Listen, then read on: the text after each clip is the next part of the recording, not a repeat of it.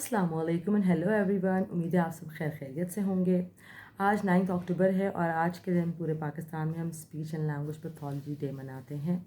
तो इसलिए हमारा आज का टॉपिक भी इसी मुनासबत से है। आज मैं आप लोगों के साथ डिस्कस करूँगी कि basically speech and language pathology क्या है, वो कौन कौन से इश्यूज़ हैं जिनकी therapy speech and language pathologist provide करता है। तो बेसिकली आप स्पीच एंड लैंग्वेज पैथोलॉजिस्ट कहें, स्पीच एंड लैंग्वेज थेरेपिस्ट कहें, स्पीच थेरेपिस्ट कहें या स्पीच पैथोलॉजिस्ट कहें, ये सारी टर्म्स एक इंसान के लिए यूज़ होती हैं, जिसके लिए मैं इस वक्त स्पीच एंड लैंग्वेज पैथोलॉजिस्ट का वर्ड यूज़ कर रही हूँ। और अगर डोमेन की बात की जाए तो communication disorders and solving disorders जो हैं वो स्पीच एंड लैंग्वेज पैथोलॉजिस्ट के अंडर आते हैं। इनको मैनेज करना, इनके लिए थेरेपी प्रोवाइड करना एक स्पीच एंड लैंग्वेज पैथोलॉजिस्ट का काम है। सॉल्विंग में आप कहीं पे आप सुनते होंगे फीडिंग डिसऑर्डर्स, कहीं पे आप सुनेंगे सॉल्विंग डिसऑर्डर्स, कहीं पे अगर आप उर्दू में कहेंगे चबाने और निगलने के मसाइल। ये सारी चीज़ें जो हैं ये स्पीच थेरेपिस्ट के डोमेन में आती हैं, प्लस कम्युनिकेशन डिसऑर्डर्स। अब मैं आपको एक्सप्लेन करूँगी बेसिकली कम्युनिकेशन में क्या क्या आता है और ये खाने निगलने चबाने सॉल्विंग फीडिंग ये कैसे स्पीच थेरेपिस्ट का डोमेन है।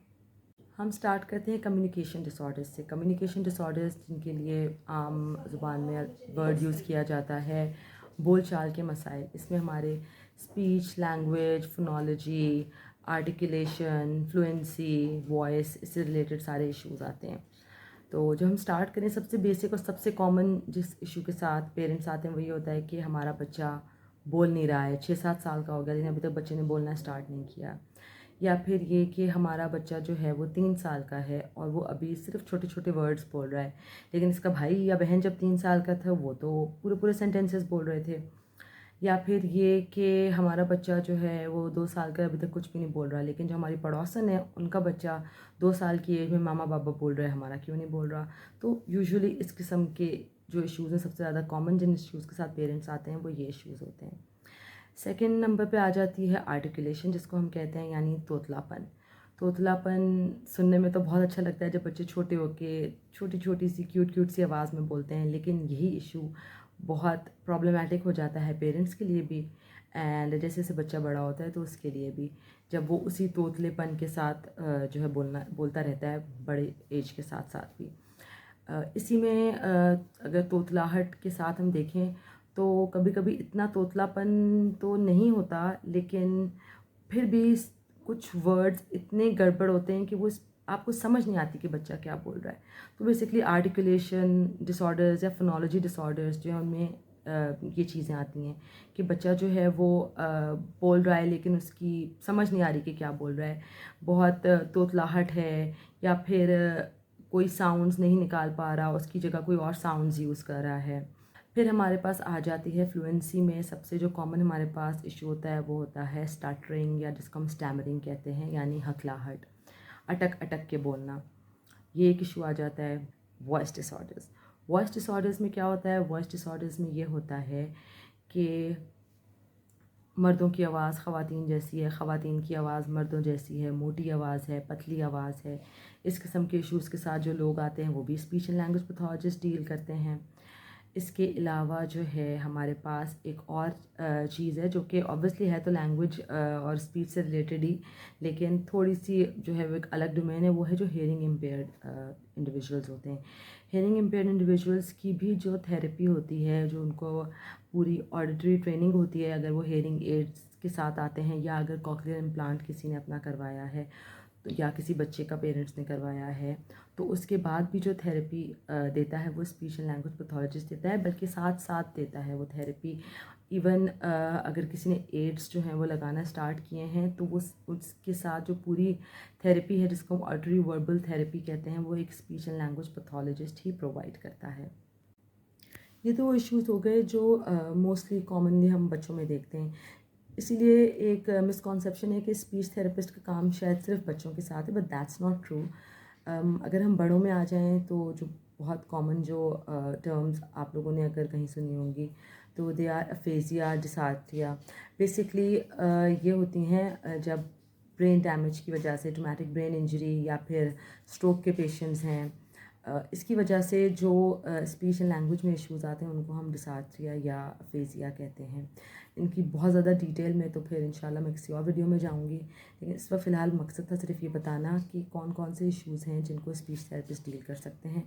तो एडल्ट्स में भी अगर कोई स्ट्रोक का पेशेंट है या कोई ब्रेन इंजरी है, तो आपकी अगर फैमिली में आपकी कोई जान पहचान में है इस तरह के कोई भी पेशेंट्स, तो आप इस चीज़ पे चेक रखें कि स्पीच के उनको क्या क्या इश्यूज़ आ रहे हैं और क्या उनको एक स्पीच थेरेपिस्ट को दिखाने की ज़रूरत है या नहीं है, उनकी स्पीच कैसी है, उनकी लैंग्वेज कैसी है, क्या उनकी क्लैरिटी में कोई फ़र्क तो नहीं पड़ा, क्या उनकी बोल चाल जिस तरह से वो बोलते थे उससे किसी भी तरह से डिफरेंट आपको लग रही है, तो आप लोग ज़रूर स्पीच एंड लैंग्वेज पैथोलॉजिस्ट के साथ कंसल्ट करें। और इसी के साथ अगर मैं अटैच करके आपको बताऊं, जो मैंने सबसे पहले डिस्कस किया था, सॉलोइंग या फीडिंग डिसऑर्डर्स, इसके लिए जो हम टर्म यूज़ करते हैं दैट इज़ डिस्फेजिया। तो बहुत ज़्यादा जो हमारे केसेस आते हैं स्ट्रोक के पेशेंट्स या ट्रॉमेटिक ब्रेन इंजरी के पेशेंट्स होते हैं, उनको डिस्फेजिया का इशू होता है, या जिनको एनजी ट्यूब लगी होती है, हम कहते हैं खाने की नाली जो है, नाली के ज़रिए खाना जा रहा है, वहाँ भी स्पीच एंड लैंग्वेज पैथोलॉजिस्ट का रोल आता है कि किस तरह से कौन सी एक्सरसाइजेस करानी हैं, क्या क्या स्ट्रैटेजीज़ यूज़ करनी है जिससे ऐसे ऐसा नाली रिमूव करा के पेशेंट जो है उसको खाने की तरफ लाया जाए। और इसके अलावा और बहुत सारी जो है वो चीज़ें होती हैं, ट्रेकियोस्टोमी वगैरह जो है, मैं आपको आहिस्ता आहिस्ता सारी जो है वो टर्म समझाऊंगी, बताऊंगी कि क्या क्या जो है स्पीच एंड लैंग्वेज पैथोलॉजिस्ट के पास किन किन इश्यूज़ में आपको एक स्पीच एंड लैंग्वेज पैथोलॉजिस्ट को कंसल्ट करना चाहिए, और उनमें आपको स्पीच एंड लैंग्वेज पैथोलॉजिस्ट ही बेहतर मशवरा दे सकता है, इसके अलावा और कोई नहीं दे सकता। सॉलोइंग का मैं अभी डिस्कस कर रही थी कि सॉलोइंग का कि पेशेंट जो है वो सॉलो नहीं कर पा रहा है, या फिर अगर सॉलो कर भी रहा है तो खाना उसका एस्पायरेट कर जाता है। एस्पायरेशन मीन्स कि वो खाना जो है उसका लंग्स में जा रहा है, बस यानी आपका खाना फूड पाइप की जगह जो आप लोगों की सांस की नाली है उसके ज़रिए लंग्स में जा रहा है, जिसकी वजह से लंग्स का इन्फेक्शन हो जाता है और पेशेंट को जो है वो नमूनिया हो जाता है, जो कि एक बहुत ज़्यादा जो बेड रिडन पेशेंट्स होते हैं, ब्रेन इंजरी के जो पेशेंट्स होते हैं उनके साथ ये बहुत ज़्यादा इशू होता है, और जो है ये इसको speech and language pathologist he deal करते हैं। और obviously it's a team work that, मैं अगर कह रही हूँ speech and language pathologist deal करते हैं तो इसका मतलब ये हरगिज़ नहीं है कि इसमें डॉक्टर्स का कोई अमल दखल नहीं है, ये सिर्फ speech and language pathologist deal करेंगे। ये जो हमारी फील्ड है स्पीच एंड लैंग्वेज पैथोलॉजी की, ये एक टीम वर्क है, इसमें आप एज ए टीम काम करते हो। जब कोई पेशेंट आता है, स्ट्रोक का पेशेंट आ रहा है, तो उसमें स्पीच थेरेपिस्ट भी काम करेगा, फिजियोथेरेपिस्ट भी काम करेगा, उसके डॉक्टर्स भी होंगे, न्यूरोलॉजिस्ट भी होगा, सब मिलके एज ए टीम काम करेंगे। फिर अगर हम बच्चों की तरफ चले जाएँ, जो हम कह रहे हैं डेवलपमेंटल डिसऑर्डर्स जिसके लिए हम यूज़ करते हैं, जैसे ऑटिज़म हो गया, और जो मैंने आपसे भी डिस्कस की है कि स्पीच का मसला है, लैंग्वेज का मसला है, स्टटरिंग का मसला है, इनमें अगर बच्चे के स्पीच के साथ बिहेवियर के इश्यूज़ आ रहे हैं, जैसे कोई बच्चा स्पेक्ट्रम पे है जिसके लिए हम वर्ड यूज़ करते हैं, ऑटिज़म है किसी बच्चे को, तो वहाँ पे एक बिहेवियर थेरेपिस्ट का भी रोल होगा। फिर वहाँ पे जो है बहुत सारी चीज़ों में एक ऑक्यूपेशनल थेरेपिस्ट का भी रोल होगा। ऑक्यूपेशनल थेरेपिस्ट का रोल कहाँ आता है, ये मैं आपके साथ आगे डिस्कस करूँगी कि ऑक्यूपेशनल थेरेपिस्ट क्या होता है। तो इसी तरह से जो है अगेन जो पीडियाट्रिशियन होगा बच्चे का, उसका एक अलग रोल होगा। तो it's a team work, team की तरह ही हम काम करते हैं, क्योंकि हमारा मकसद क्या होता है, एक जो इंडिविजुअल है जो हमारे पास आ रहा है थेरेपी के लिए, उसकी बेटरमेंट। अच्छा, जैसे मैंने भी आपसे कहा कि स्पीच थेरेपी जो है वो सिर्फ बच्चों के लिए नहीं, बड़ों के लिए भी यूज़ होती है। जैसे एक मिसकंसेप्शन है कि शायद स्पीच थेरेपिस्ट का काम बच्चों के साथ होता है। इसी तरह से अगर हम सॉलोइंग डिसऑर्डर्स पे आ जाएं, तो ये सिर्फ ब्रेन इंजरी के जो पेशेंट्स होते हैं उनके साथ नहीं होते, ये बच्चों में भी हो सकते हैं सॉलोइंग डिसऑर्डर्स, और मोस्ट कॉमनली डाउन सिंड्रोम बच्चों के साथ बहुत ज़्यादा होते हैं। इसमें अगेन मल्टीडिसिप्लिनरी टीम के साथ काम करना चाहिए। कुछ असेसमेंट जो है वो ऑक्यूपेशनल थेरेपिस्ट करते हैं, कुछ बिहेवियर थेरेपिस्ट करते हैं, और कुछ असेसमेंट जो है वो स्पीच थेरेपिस्ट के डोमेन में आती हैं कि कुछ चीज़ें हमें असेस करनी होती हैं, और फिर उसी बेस पे जो है वो डिसीजन लिया जाता है कि ये किसके डोमेन में इशू आ रहा है और थेरेपी किसको लेनी चाहिए। कभी कभी होता है कि स्पीच थेरेपिस्ट के भी डोमेन में आ रहा है, वो भी काम कर रहे हैं, साथ साथ ऑक्यूपेशनल थेरेपिस्ट भी उस पर काम कर रहे होते हैं।